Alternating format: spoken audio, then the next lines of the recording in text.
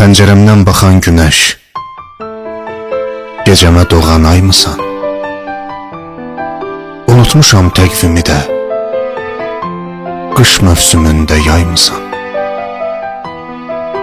Gəlişinlə dünyamdakı ən doğma kəsət taymısan? Düşünürəm hər gün, hər an, suallarla tək qalmışam. Bu nə sirdir, nə hikmətdir, deyə sənə aşiq olmuşam. Sabahı sənlə açıram, günüm sənlə gecə olur. Ağlım, fikrim səndə qalır, sevmək görən necə olur? Çox uzaqdan gəlir biri, hər kəsindən öncə olur. Bu öncəlik kölgəsində kövrəlmişəm, bərk dolmuşam.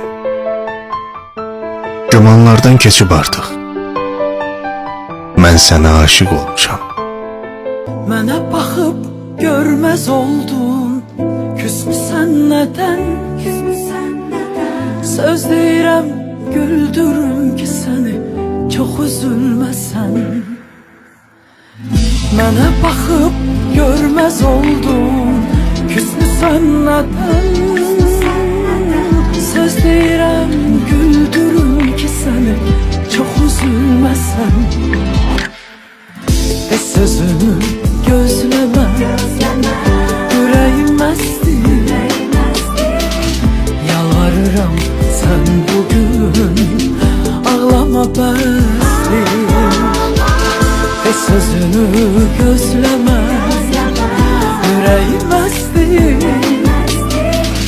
Yalvarıram sən bugün, ağlama bəsdir.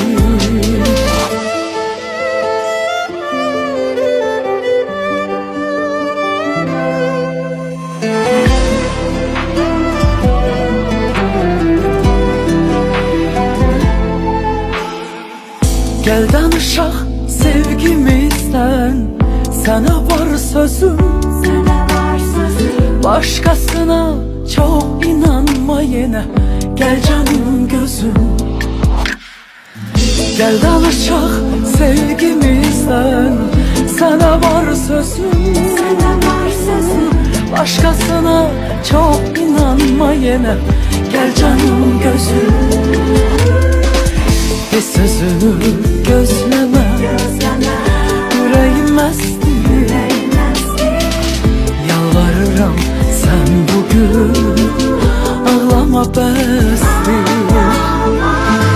Sözünü gözləmə, ürəyim əsdir.